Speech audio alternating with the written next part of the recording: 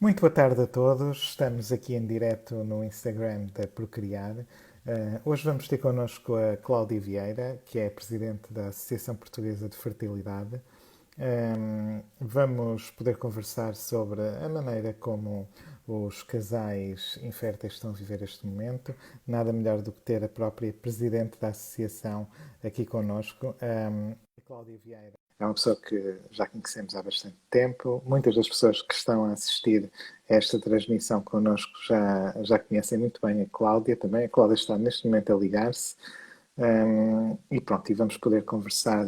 Olá, Cláudia, muito boa Olá, tarde. olá, Como bem-vindo. estás? Boa Tudo tarde. bem? Bem, Pronto, obrigada.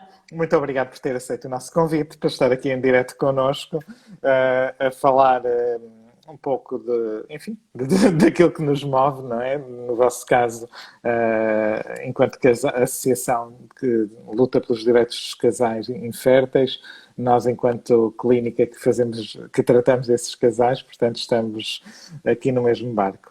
Cláudia, o motivo deste convite é o seguinte: nós, na Procriar, tal como também na Ferticentro, estamos a fazer uma série de Instagram Lives. Alguns vão ser mais técnicos. Já entrevistámos, por exemplo, o Nuno Costa Borges, que é um cientista português que está na crista da onda da investigação da infertilidade, na semana passada. Este é o segundo live da Procriar, vai ser consigo. Vamos ter também lives com pessoas do nosso laboratório, com os nossos médicos, enfim, vamos ter aqui um pouco de tudo, sobretudo para aproveitarmos este período de confinamento, que agora está mais aliviado, para conversarmos sobre, enfim, sobre os temas sobre a fertilidade, sobre os temas que preocupam os casais e tudo isso. Portanto, olha, desta vez calhou-lhe assim. Rita. Bom, eu antes de mais quero agradecer ao Vladimir por se ter lembrado da AP Fertilidade e de me ter dirigido este convite, porque naturalmente isto é sempre bom termos estas oportunidades e principalmente numa fase em que estamos, a grande maioria de nós, apesar da abertura gradual, está confinado já há várias semanas em casa. Há também muitas incertezas, não só naquilo que é o Covid em si e o impacto que tem tido nas nossas vidas, mas também e diretamente nas pessoas que estão ou que estão a passar por uma situação de infertilidade e em particular aquelas que estão em tratamento, não é? E portanto nós também como associação temos todo o interesse em que este seja um tema debatido. Embora há tantos outros que com certeza nós ao longo deste direto iremos ter a oportunidade de abordar, mas claramente é inevitável que a nossa conversa passe por aquilo que é o tema das últimas semanas, não é? Que infelizmente todos nós estamos a sofrer constrangimentos e naturalmente quem está a passar por uma situação de infertilidade ou à espera de tratamentos ou de consultas ou eventualmente aqueles que já tinham iniciado, de alguma forma tremeram um bocadinho e sentiram que foi mais um duro golpe na caminhada, não é? Claro, claro. Aliás, um dos objetivos destes diretos é também um pouco falar sobre isto. Por exemplo, ainda anteontem eu conversava com a Andreia Trico, que é uma psicóloga portuguesa que Sim, vive... sim, sim. Psicóloga não, É, ela é enfermeira, mas trabalha na parte do apoio emocional aos casais que passam por processos de infertilidade.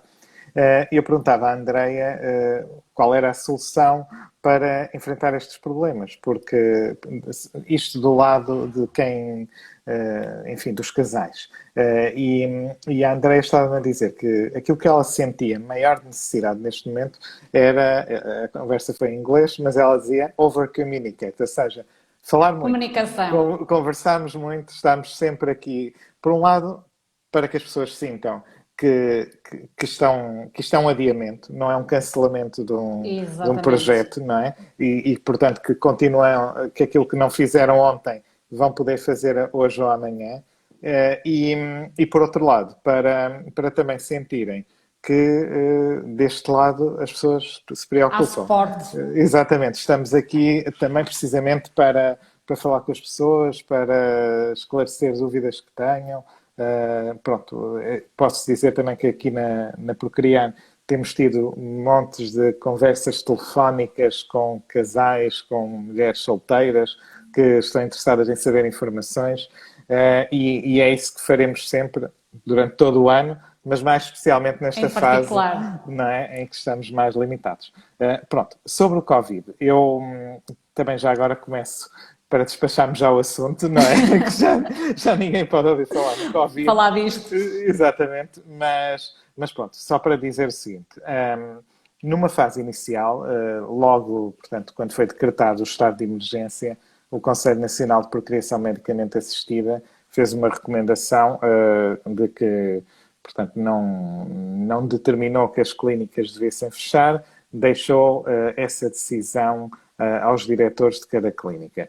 Logo a seguir, a ESHRE, portanto, a Sociedade Europeia de Reprodução Assistida, emitiu um comunicado a dizer que, tendo em conta que isto era uma doença nova e que, sobre a qual ainda não tinha muita informação, recomendava, como medida cautelar, que as pessoas concluíssem os tratamentos em curso, fizessem os tratamentos mais urgentes e, eventualmente, não iniciassem novos tratamentos. Depois, a Sociedade Portuguesa de Medicina da Reprodução ainda foi um pouco mais longe, disse que achava que os centros que não se deveriam fazer tratamentos e tudo isso. Pronto. Na verdade, as clínicas nunca foi obrigatório fechar, mas o que aconteceu foi que nós todos, enquanto comunidade científica, estávamos preocupados, não é? Não tínhamos a certeza do que era isto. Isto é uma doença nova, ainda hoje é uma doença nova. Isto começou em janeiro, ou talvez, quando muito, dezembro. Agora está-se a dizer que em dezembro já andava aí, mas portanto, isto é uma doença que praticamente tem 5 meses, o que na medicina não é nada. E, portanto, uma gravidez dura mais que esta doença, não é? E, portanto, há várias pessoas que já tiveram a infecção em diversos momentos da gravidez. Agora, nós só vamos ter dados sobre a gravidez, se calhar daqui a 2 anos, quando conseguimos olhar para trás e durante um ano analisar todas as mulheres que apanharam Covid durante a gravidez, o que é que aconteceu, como é que evoluiu a gravidez, etc. De qualquer maneira, há já neste momento, e então, já agora só para dizer que esteve-se também a assistir à evolução da doença no espaço europeu. Aquilo que nós vimos é que, enfim, tivemos 2 países particularmente maus, que foi Espanha e Itália. Temos outro país, que é a França, que vive uma situação bastante preocupante, exatamente. E depois há um conjunto de outros países, entre os quais, felizmente, está Portugal, que vão passando entre as pingas da chuva, não é? Pronto, enfim, com alguns casos, não é? Mas sem os níveis de gravidade que têm existido noutros países europeus. Pronto, tudo isso, e mesmo os Estados Unidos também já estão a fazer o seu percurso, não é? E do outro lado do Atlântico a coisa foi a mesma. Portanto, a Sociedade Americana no início também não recomendava que as clínicas fechassem, depois por precaução dizia que se calhar era melhor, mas ao mesmo tempo criou-se uma situação de discriminação dos casais inférteis, quer dizer, não havia contraindicação para a gravidez, a não ser que fosse preciso uma técnica de medicina da reprodução para obter, não é? Ou seja, estava tudo bem na gravidez, mas pronto. E então, só para organizar as ideias. Do ponto de vista da gravidez, até agora, ao contrário do que acontece com outras infecções virais, como por exemplo a gripe comum, não é mais provável uma pessoa apanhar Covid se estiver grávida do que se não estiver grávida. Ou seja, aparentemente tudo indica que a probabilidade de contrair a infecção é a mesma. Por outro lado, também, ao contrário, será, por exemplo, do Zika, não é? Que é um vírus que tem efeitos gravíssimos na gravidez, não é? Aqui o Covid, até agora, pelo menos, não tem estado associado nem a malformações, não há estudos, pelo menos consistentes, que demonstrem um aumento de parto pré-termo, de complicações na própria gravidez, ou para a mãe ou para a criança. Também não há informação devidamente documentada de transmissão vertical, ou seja, as mães infectadas por Covid têm filhos que não estão infectados. Inclusive, até já há recomendações no sentido de não contraindicar a amamentação, mesmo que a mãe tenha Covid. E o filho não. Portanto, é discutível, ok? Isto são coisas que se vão mudando todos os dias. E depois, agora já mais na perspectiva da medicina da reprodução, todos os estudos feitos até agora, mais uma vez isto com alguma reserva porque ainda é cedo, mostram que os espermatozoides, os óvulos e os embriões não têm os receptores da enzima de conversão da angiotensina, que são os receptores que existem muito, por exemplo, nos pulmões, que é onde o vírus se liga e entra nas células. Portanto, mesmo que a pessoa não tenha Covid, mas um embriologista tenha, portanto, digamos, Não o o vírus transmitirá. não transmitiria isso. Acresce a tudo isto referir que todos os cuidados que nós já temos nos nossos laboratórios, quando eu digo nós, digo a comunidade médica e todas as clínicas, vão já no sentido de prevenir este tipo de infecções. Ou seja, trabalhamos com pressão positiva, lavamos muito bem as mãos há muitos anos, trabalhamos sempre de máscara há muitos anos, exatamente, com Pois, roupas era especiais. exatamente isso que eu ia dizer, independentemente até da situação que vivemos em particular, há Claro, cuidados que são tidos em consideração quando se está a trabalhar sim, em é ambiente de manipular laboratório. vou dar um exemplo. Por exemplo, o procedimento que nós fazemos para a lavagem de esperma, que é igual, eu trabalho nesta área já há 17 anos, portanto é igual em termos práticos, o que se faz hoje não é muito diferente do que se fazia há 17 anos. É um mesmo procedimento que usamos, por exemplo, quando queremos eliminar o HIV ou o vírus da hepatite B do esperma. Portanto, ou seja, quer os protocolos clínicos e laboratoriais, quer a maneira como os laboratórios são construídos, com câmaras de fluxo laminar vertical, sistemas de pressão positiva, renovação do ar com sistemas de carbono ativado, filtros de partículas, etc. Tudo isso é feito precisamente para diminuir o risco de haver infecções como o género como a do Covid. E, portanto, isto então, serve então para dizer que as pessoas podem estar tranquilas, podem fazer os seus tratamentos. Como é óbvio, há certas medidas que são transversais a toda a sociedade, o uso de máscara, não estar demasiadas pessoas numa sala de espera, a higienização dos consultórios, da própria mesa onde se fala com o ginecologista, as proteções no balcão, enfim, a triagem antes de entrar nas clínicas. Portanto, todos esses conjuntos de medidas têm que ser tomados. Mas para o procedimento em si, para o risco que as pessoas correm, portanto, é um processo que é seguro. Muito provavelmente hoje em dia é bem mais seguro estar numa clínica da medicina da reprodução do que andar aí pela rua, de autocarro, não é? Ir aos correios, enfim, fazer coisas que nós todos fazemos no nosso dia-a-dia. Tenho nada contra os correios, atenção. Estou a dizer isto porque eu próprio tenho... Ir ao banco, ou ir ao supermercado. Exatamente. Eu amanhã de manhã tenho que ir aos correios, eu estava a lembrar disso. Então foi por isso. Exatamente, foi o meu subconsciente.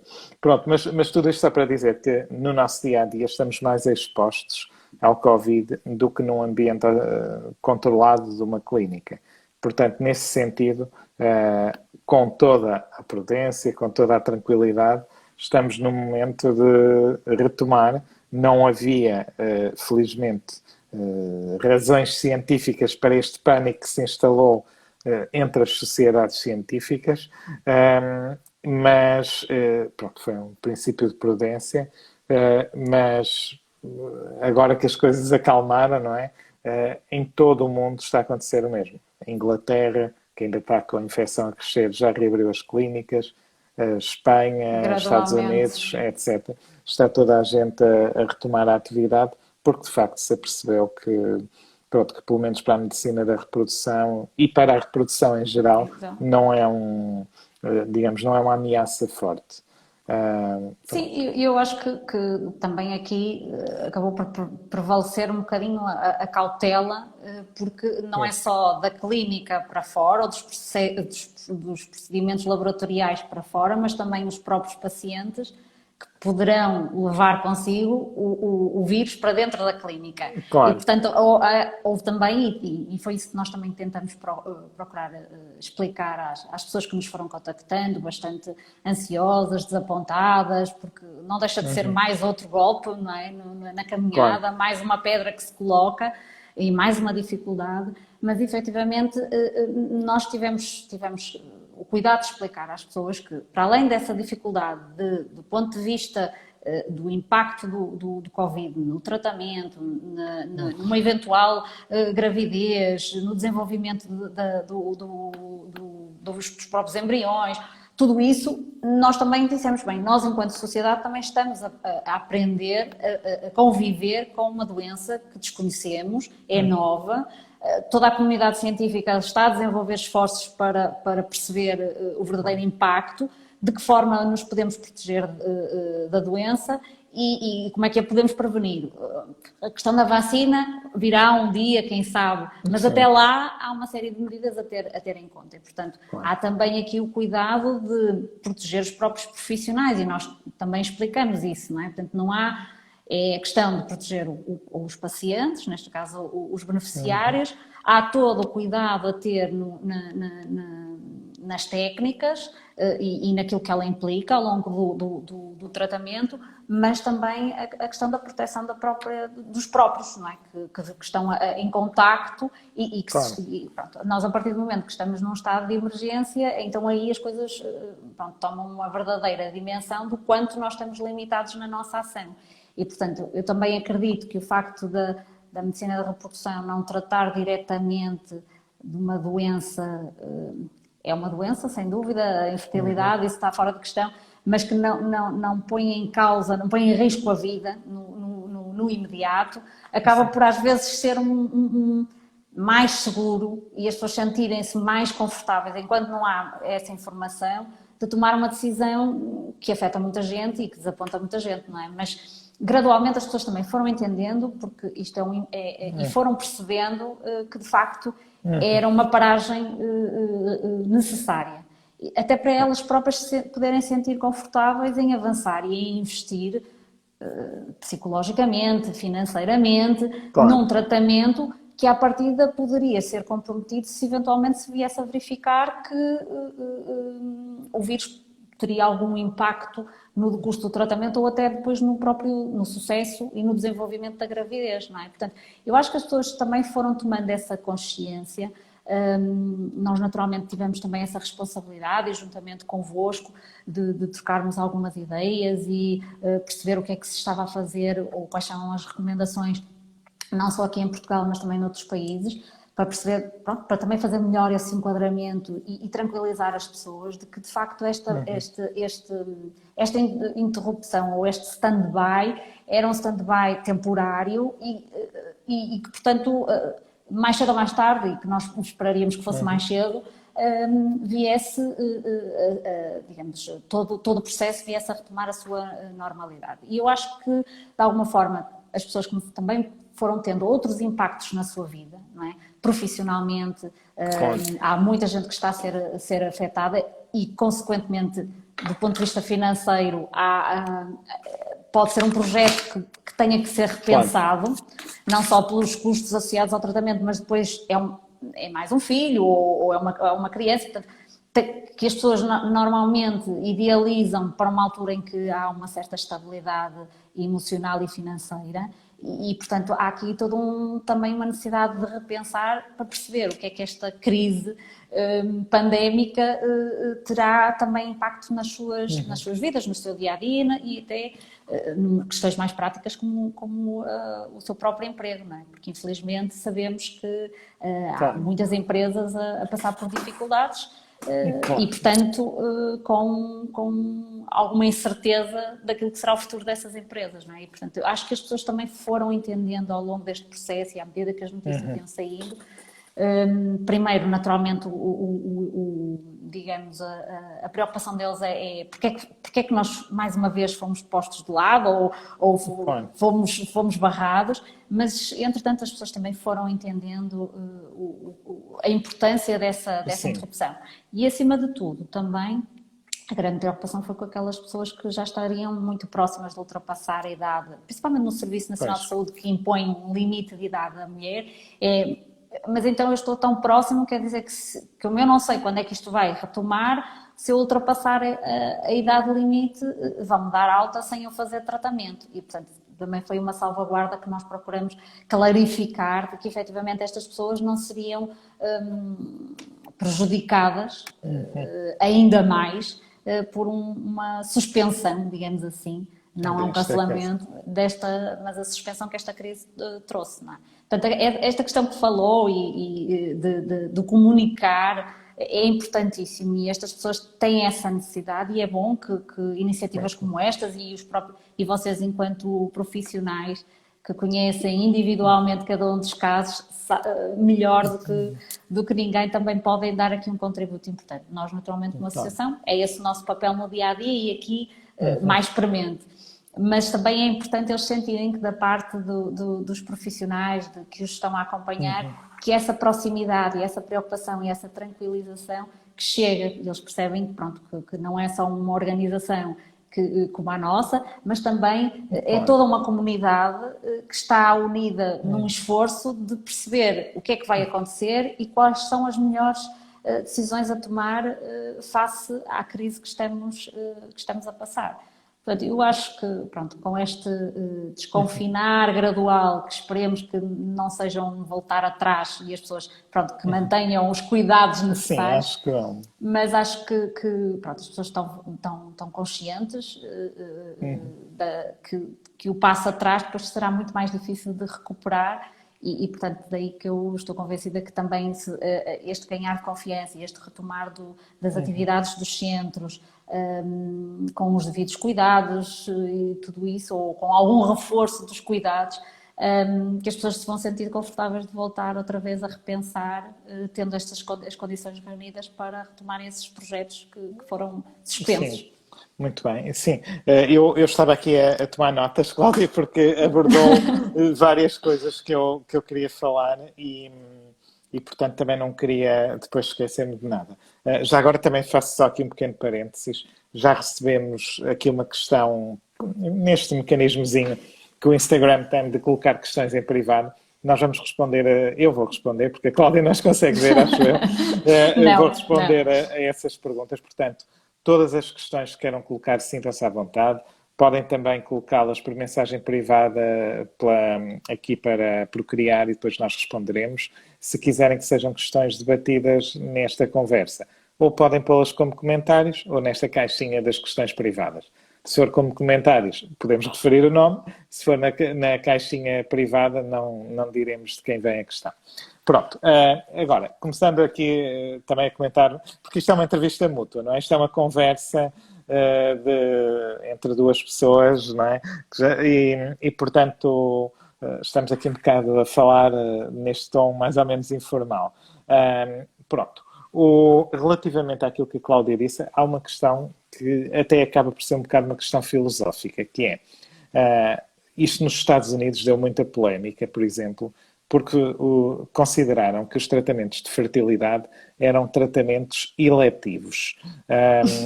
Ora, o que é que isso quer dizer? Na verdade, quando a Organização Mundial da Saúde considera que a infertilidade é uma doença, está a dar ao problema da infertilidade a mesma dignidade, chamemos assim, que está a dar a qualquer outra doença. E, portanto, na verdade, é óbvio que sim, a Covid-19 é uma doença gravíssima, mortal, etc., altamente contagiosa, tinha que ser controlada e fez o que tinha que se fazer.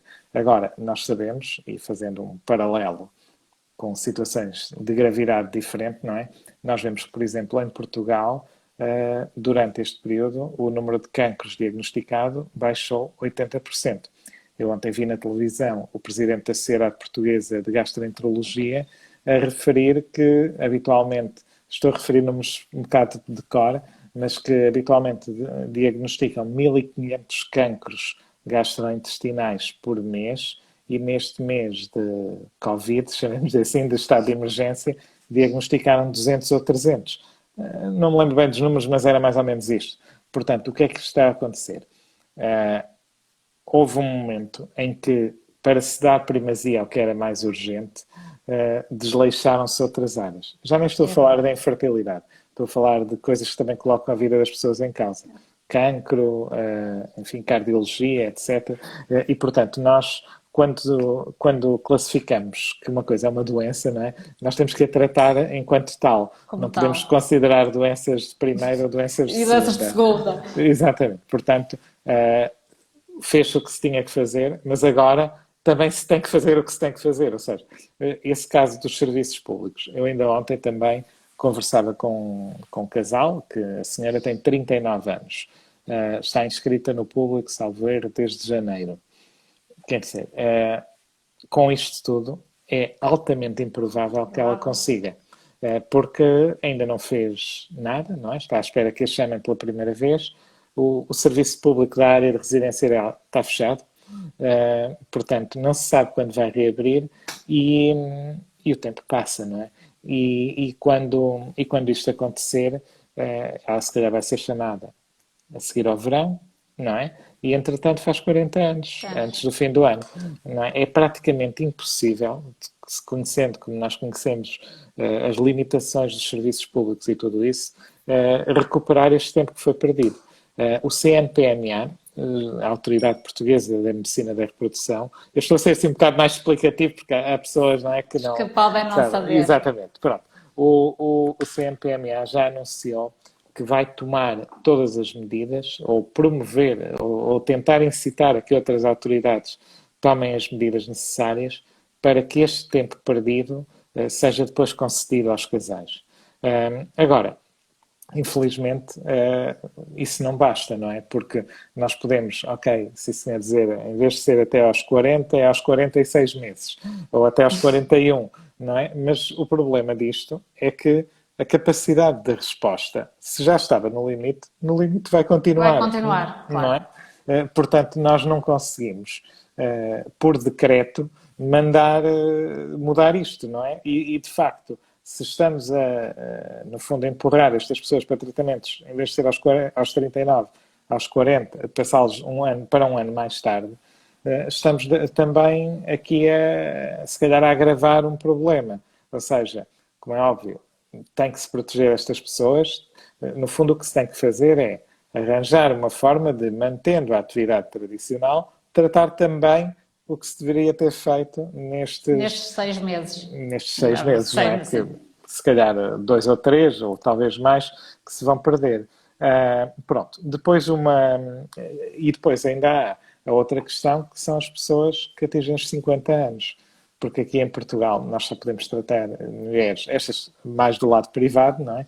Que até aos 50 anos. O que acontece com algumas pessoas, tenho, por exemplo, agora um caso de uma senhora que vai fazer 50 anos agora no início de junho.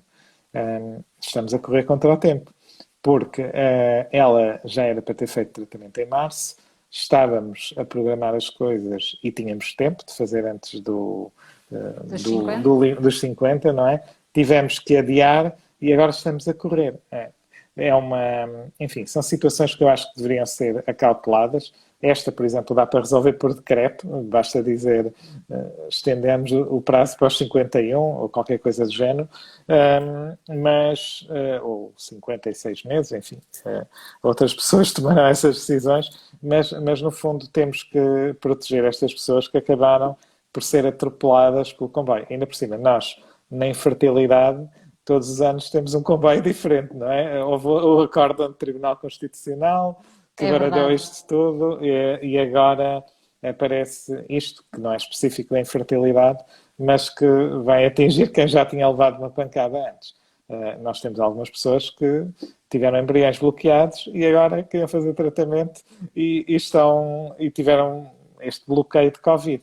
Portanto, acabamos por estar bastante condicionados. É o destino, de certa maneira. Aqui também Pronto, por outro lado, também era isso que eu queria dizer sobre aquilo que falámos. Acho que isto também não foram só desvantagens, não é? Porque as pessoas, por um lado, estão... Este tempo para pensar, acho que foi muito útil.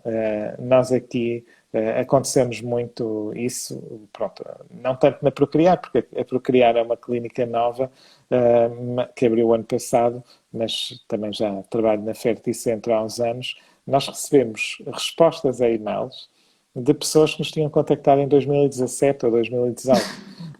Ou seja, imagina, alguém que em 2018, vamos supor, mandou um pedido de informação, queria saber como é que os tratamentos funcionam, etc. E nós respondemos, depois a pessoa não deu sequência.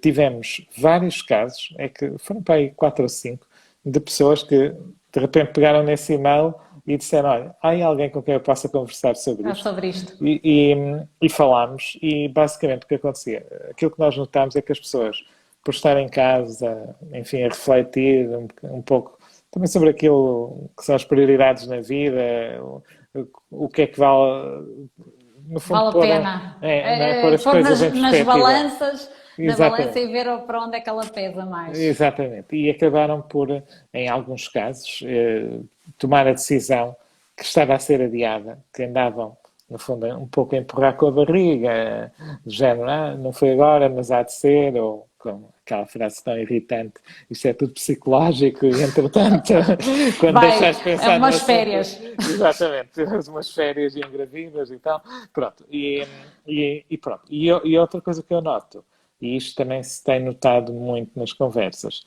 é que isto serviu para as pessoas acalmarem, não é? E, portanto, baixámos um bocadinho o nosso ritmo basal, que andávamos aí sempre a correr para trás e para a frente no trânsito para fazer 30 mil coisas ao mesmo tempo, e agora vimos parados em casa a ver Netflix e a ler livros e tal,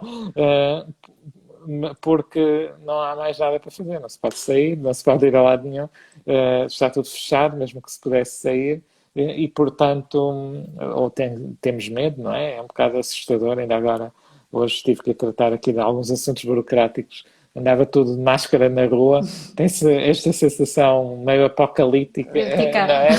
Que estamos aqui todos, pronto, portanto, tudo isto faz com que as pessoas, ao mesmo tempo, também tenham um bocado mais. No fundo, vamos para um processo destes com melhores condições, com mais tranquilidade, não é? Mais. Sim, sim, do ponto de vista da preparação dos intervenientes, seja um projeto a um ou a dois, eu acho, sim, claramente este período de alguma contenção fez-nos repensar em muitas coisas da vida, não é? E realmente pôr na balança o que é que efetivamente é importante, porque percebemos como é que uma coisinha microscópica que ninguém vê Claro, para o mundo, né? Que e quando nós olhamos para isso é literalmente, não é? Nisto foi aos 4 cantos e não deixou ninguém de fora, ninguém diferente. O próprio Reino Unido, que inicialmente começou bastante cético, não é? Os sim, seus responsáveis, não sei se talvez por ter ficado infectado passou a ter uma outra perspectiva, mas neste momento ainda ouvi hoje que o Reino Unido, em termos de mortes, já ultrapassou a Itália, portanto é o pior país pois, europeu em claro, termos de mortes. Portanto, e isto de facto faz-nos pensar no o que é importante na vida, não é? É realmente ter uma boa casa, um bom carro, um bom emprego. O que é que isto nos valeu num momento como este? Toda a gente, independentemente da condição social, das possibilidades que tem, do emprego que claro, tem, do sítio onde vive, esteve em risco ou está em risco. Portanto, isto, as pessoas tomaram uma verdadeira consciência de que se temos algo pendente, está na altura de pensar se é para deixar cair definitivamente claro, ou se de facto é para avançar. E eu quando falei há bocadinho, o que eventualmente algumas das pessoas que claramente têm este projeto na cabeça já há algum tempo e não têm dúvidas que querem avançar, podem neste momento estar, digamos, a recuar um bocadinho, porque efetivamente as condições, quer queiramos, quer não, e aquilo que o Vladimir falou é uma realidade, infelizmente, não é? A resposta do nosso Serviço Nacional de Saúde já era por si, na área da PMA, bastante limitada.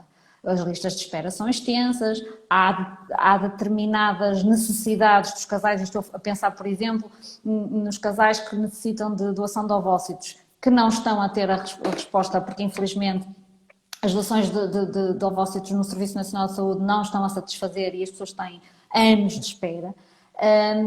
E, portanto, poder avançar de uma forma mais rápida passa claramente pelo setor privado e aí tudo se repensa, não é? Porque de facto as pessoas têm que pelo menos continuar a ter pão para a boca. Se não tiverem emprego, têm compromissos com uma casa, pelo menos, e não podem vir morar para a rua. E isto é extremamente doloroso, acrescentar a tudo o que já conhecemos da infertilidade, o diagnóstico em si, o processo de tomada de decisão para avançar por um tratamento, os exames todos que se tem que fazer, a exposição que a pessoa tem da sua intimidade, tudo isto fica agravado agora por um travão enorme, não é? Porque agora, pronto, fica tudo em casa e agora que as coisas se retomam, há uma incerteza do impacto económico que isto tem nas economias globais e na economia familiar, não é? E, portanto, isto também tem essa vertente. Mas claramente foi um período de reflexão a todos os níveis, para nos posicionarmos perante a família, perante os amigos, perante os colegas de trabalho. Não é? Quando nós, e como exemplo eu posso, pela minha experiência, profissionalmente, pessoas com quem nós temos um discurso um bocadinho mais formal, estamos a trocar e-mails porque está tudo a trabalhar em casa e acabamos com fica bem ou vai ficar tudo bem, não é? De facto, as pessoas juntaram-se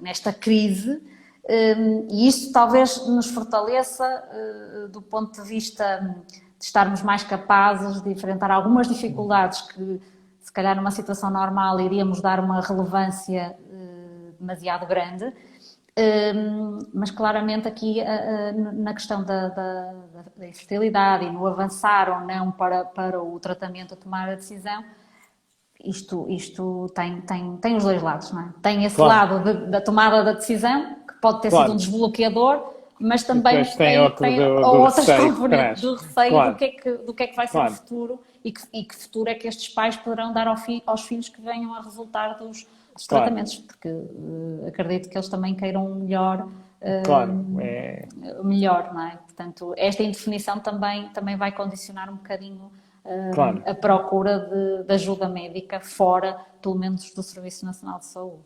Pois. Olha, temos aqui duas questões, eu vou responder por ordem de entrada. A primeira é de uma pessoa que enviou, portanto, mensagem privada, pergunta se é sensato iniciar um tratamento de procriação medicamente assistida nesta altura. Eu diria que sim. A questão apareceu aqui, afinal isto não é privada.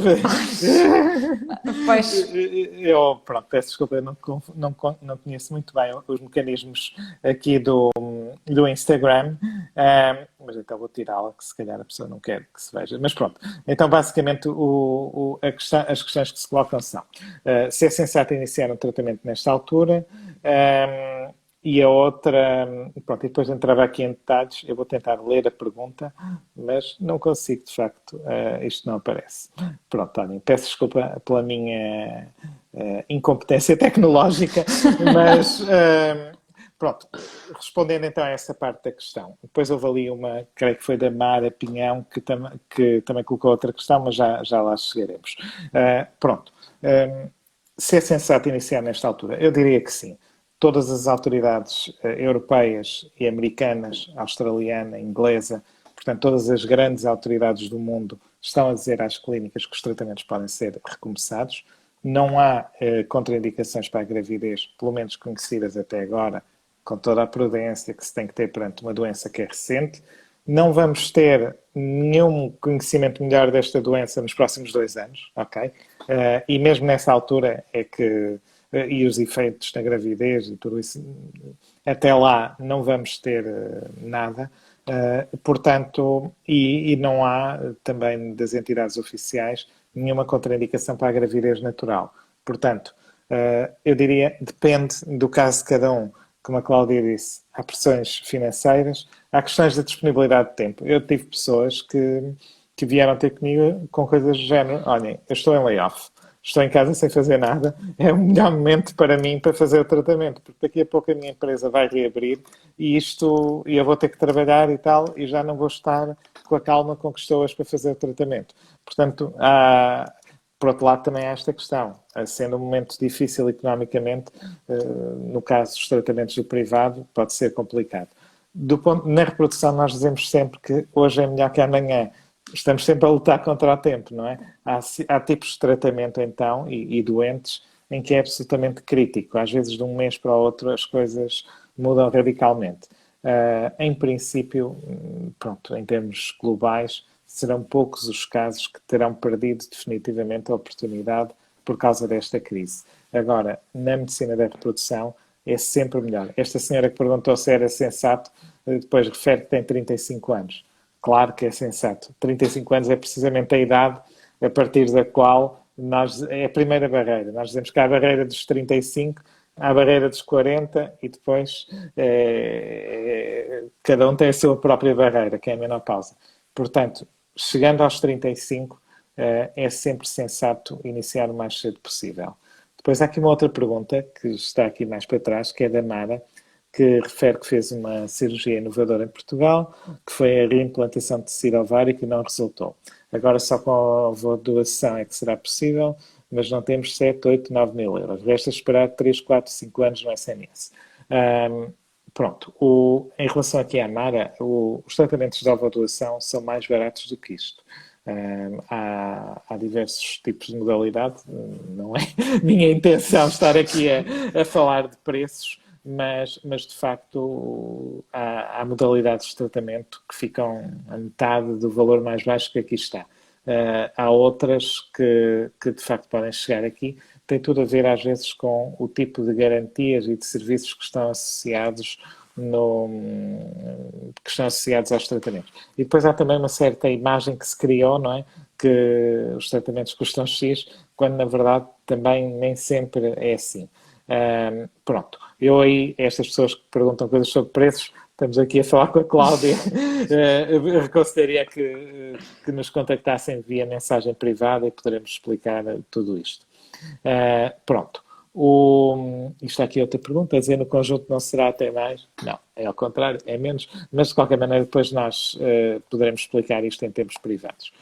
Aproveito, então, aqui relativamente à Cláudia, a Associação Portuguesa de Fertilidade, vamos mudar de assunto. De tema. Exatamente. Vamos mudar de tema. A Associação Portuguesa de Fertilidade portanto, é uma associação que já existe há muitos anos, que foi fundada por um grupo de pessoas que ainda hoje se mantém, acho que praticamente todas na direção, não é? E que têm conseguido, de uma forma que eu até vejo muito pouco paralelo com outras associações de doentes, influenciar políticas públicas e órgãos de decisão a favor dos casais inférteis. Tem muitas lutas em curso e algumas mais bem-sucedidas que outras. Exatamente. Por isso, eu se calhar ia nem tanto falar da história da APF, mas se quiser, como é óbvio, fala do que apetecer, mas só perguntar quais são neste momento as grandes lutas da APF? Bom, só para curiosidade, a associação vai fazer 14 anos agora no dia 20 de maio, portanto, se lembrarem, nos dar os parabéns. A nós não, direção, mas a associação enquanto... Em que dia é que é? Dia 20. 20 de maio, muito bem, 20, cá estaremos. 14 anos, já está uma menina, Incrível. É verdade. Bom, e conforme o Vladimir falou, a motivação que esteve por detrás da associação, ou da criação da associação, foi exatamente a falta de legislação. Entretanto, a primeira legislação na área da PMA nasce precisamente no ano de 2006, ou mesmo uns meses depois da associação. Mas, e embora tenha sido para a altura um excelente compromisso, o que acontece é que esta era uma lei ainda muito limitada, ou pelo menos não permitia que todas as pessoas, pelo menos até se considerarmos pessoas que clinicamente se podem considerar inférteis, viam salvaguardado a legislação e que pudesse ser aplicado e que pudesse inclusivamente recorrer a técnicas de procriação medicamente assistida. E, portanto, uma das prioridades da associação, para além de naturalmente facultar informação, ou pelo menos compilar informação com o apoio dos profissionais, e aqui o Vladimir tem sido um elemento importante, uma pessoa que tem colaborado desde quase da primeira hora connosco, sempre que nós fomos bater à porta, deu-nos sempre um grande suporte, e que tem sido importante até para nós termos a capacidade de passar informação correta para as pessoas. Mas, efetivamente, nós focamos-nos em, digamos, em três grandes pilares. Foi a questão da informação, portanto, sermos uma fonte fidedigna de informação. Nunca nos quisemos substituir aos médicos ou aos profissionais, porque, efetivamente, nós, enquanto associação, somos um organismo constituído por pessoas que passaram por situações de infertilidade ou que, infelizmente, ainda estão a passar por ela. A questão do apoio psicológico, porque a infertilidade sempre, nós já falamos há bocadinho, é um bocadinho o parente pobre da medicina, na perspectiva de que não põe em causa a sobrevivência da pessoa. E, portanto, apesar da Organização Mundial de Saúde já há muito antes reconhecer a infertilidade como doença, a própria estrutura e o próprio Serviço Nacional de Saúde, embora já disponibilizasse alguns centros de tratamento, portanto, havia cuidados que nós achávamos importantíssimos terem em linha de conta. A questão, por exemplo, nós tínhamos consultas misturadas com grávidas, não é? Nós, Cláudia Vieira, consulta de infertilidade, e entretanto uma barriga enorme ao meu lado a queixar-se que já não aguentava estar grávida, portanto, estão a imaginar como é que as coisas... E, portanto, isto é dolorosíssimo. Felizmente, hoje as condições são outras. E nós, de alguma forma, devagarinho, com um sentido de responsabilidade, fomos também tentando influenciar essas condições. Portanto, a preocupação, naturalmente, do ponto de vista político e do ponto de vista legislativo, continua muito presente. A questão da informação e depois o apoio dado a estas pessoas em todo o processo. O apoio psicológico, desde uma fase de diagnóstico e até, digamos, ao acompanhamento. No limite, poderá ser, e gostaríamos que fosse sempre assim, o sucesso dos tratamentos, mas há muitas situações que, infelizmente, a medicina não consegue dar resposta, e também a estes casais que, a dado momento, têm que pôr um fim na sua caminhada, seja por limitações financeiras, seja por limitações de idade, seja porque efetivamente, clinicamente, já foi tudo abordado e não há solução.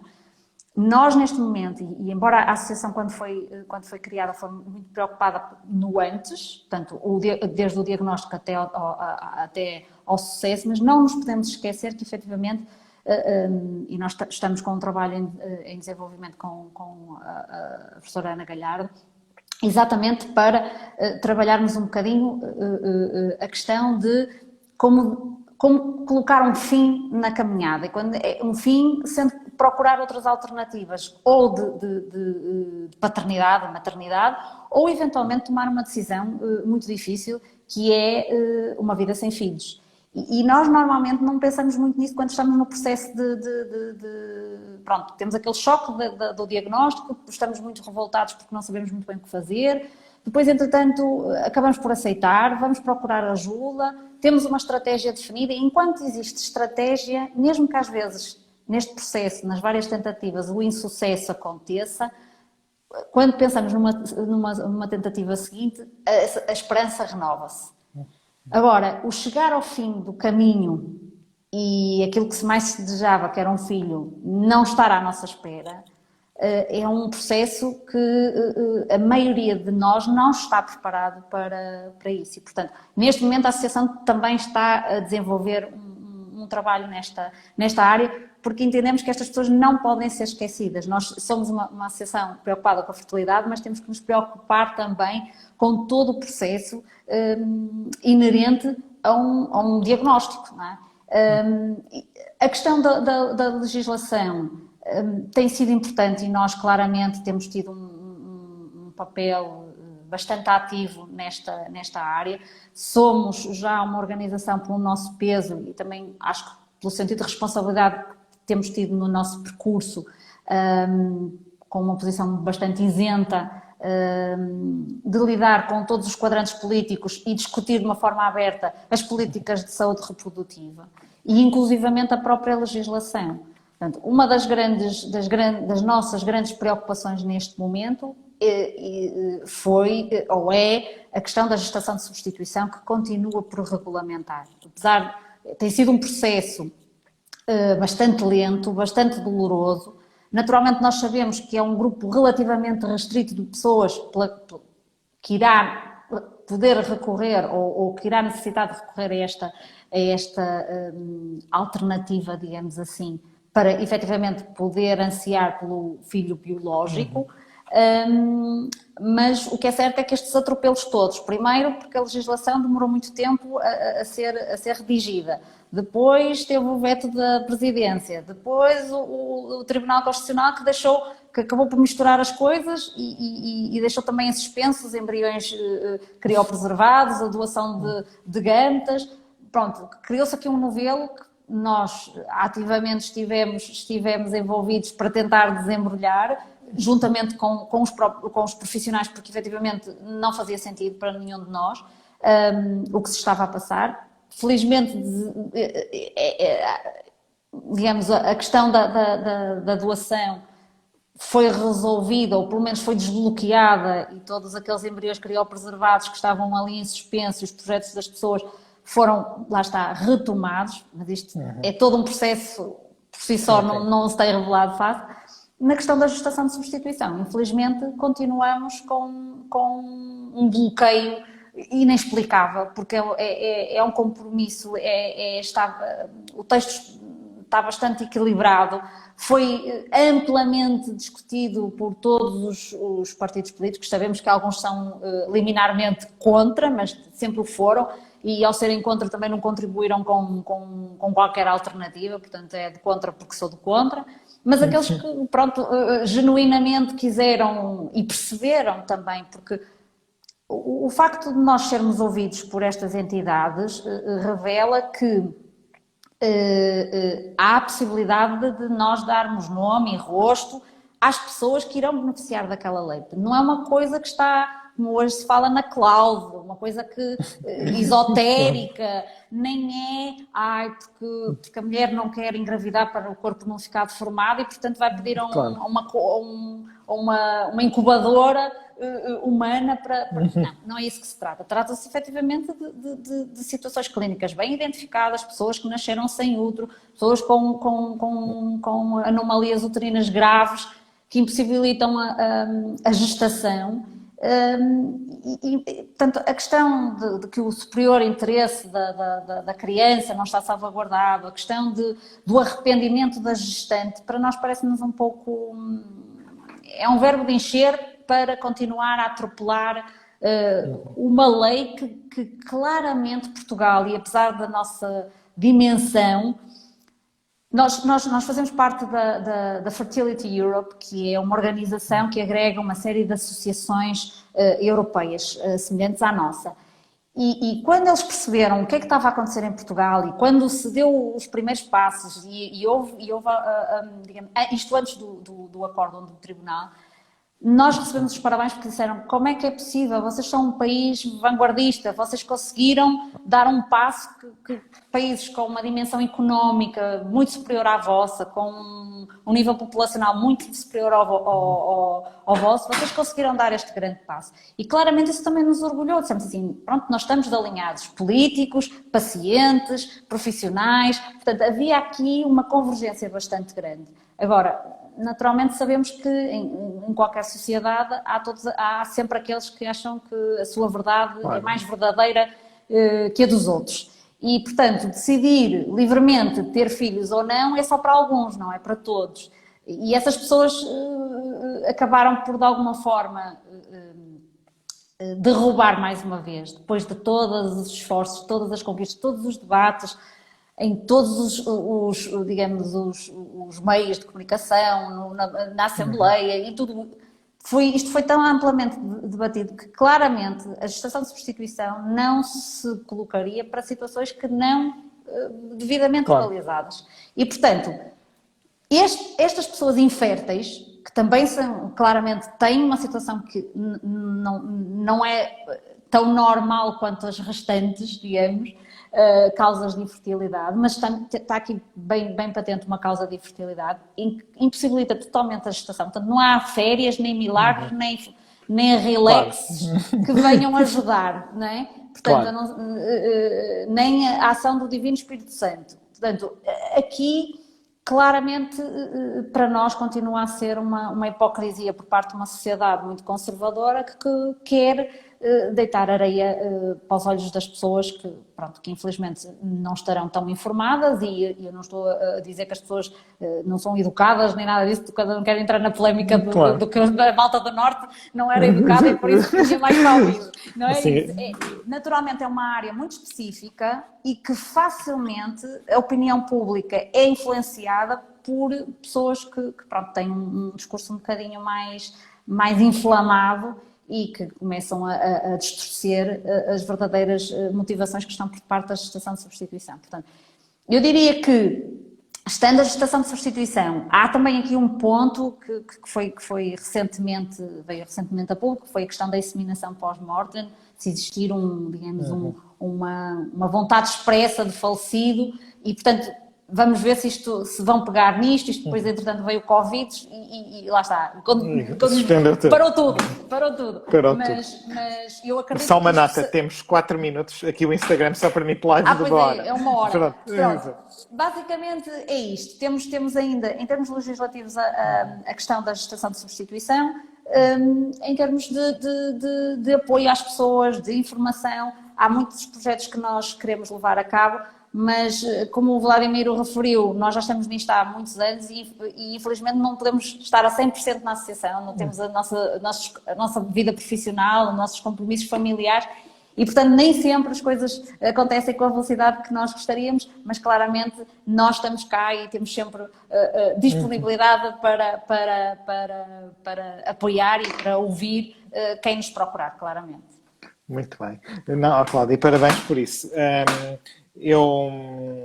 Portanto, já agora, peço desculpa que eu estou aqui a controlar o tempo, mas pronto, também só para dar aqui uma nota sobre isto da gestação de substituição. É incrível pensarmos que, eu lembro que em 2012, há um dia, para aí em março de 2012, em que eu fui convidado para ir a um programa de televisão no segundo canal, Sociedade Civil. Em que íamos fazer um debate sobre a gestação de substituição. Ora, portanto, estávamos a falar, até posso dizer, foi em fevereiro de 2012.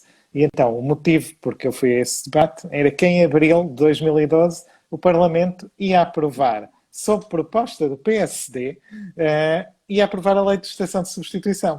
E, portanto, naquele debate em que eu participei há 8 anos, não é? A nota era o pós-lei de gestação de substituição. Como é que vai ser, como é que vamos organizar as coisas, eu não sei quem, e tal. E então, eu lembro perfeitamente que portanto, uma das pessoas que estava a debater comigo era uma ex-deputada chamada Isilda Pegado, que é uma extremista contra a gestação de substituição. Exatamente. E então, um dos argumentos que ela dava era que a sociedade portuguesa estava contra isto. E eu lembro que na altura, eu e mais pessoas que estávamos na mesa, não é? Um dos argumentos que demos foi, olha, mas no nosso Parlamento há 5 partidos e nenhum deles vai votar contra. A maioria dos deputados, portanto, aquilo era uma proposta do PSD, o PS e o Bloco de Esquerda já tinham dito que iam votar a favor, portanto, só aí tínhamos, sei lá, 70% do Parlamento, ou se calhar mais, 80% do Parlamento a favor, e depois havia o CDS e a CDU, que na altura nem sequer eram contra, iam-se abster. Na altura era o que se dizia, não é? Portanto, passaram 8 anos, politizou-se o tema, tornou-se isto uma questão política, continuamos com um Parlamento altamente favorável à lei, mas a lei não está aprovada. Não está aprovada. E não sei se vai ser. Pronto, entretanto falta precisamente um minuto para Pronto. terminarmos isto. Cláudia, olha, muito obrigado. Eu peço desculpa, também há aqui pessoas colocarem outras questões, não conseguiremos abordar, porque agora já só faltam 40 e tal segundos. Segundos. Foi um prazer ouvi-la, foi um prazer, como sempre, estar aqui. Só para deixar também aqui uma mensagem final. Duas mensagens. A primeira, a Cláudia é do Porto, quando ela deu aquela boca, portanto, é auto-humor. E a segunda mensagem é que a Cláudia iniciou esta associação e hoje é mãe de 3 filhos. E é muito bom ouvirmos exemplos positivos, não é? As pessoas podem começar a lutar contra a infertilidade e a transitar para, como a Cláudia uma vez me disse, para o grupo das famílias numerosas, não é? Porque, ou seja, é um exemplo de esperança para as pessoas que estão a passar por este processo. Não é? E os meus 3 filhos são de tratamento, portanto, é o que eu digo, não há fome que não dê fartura.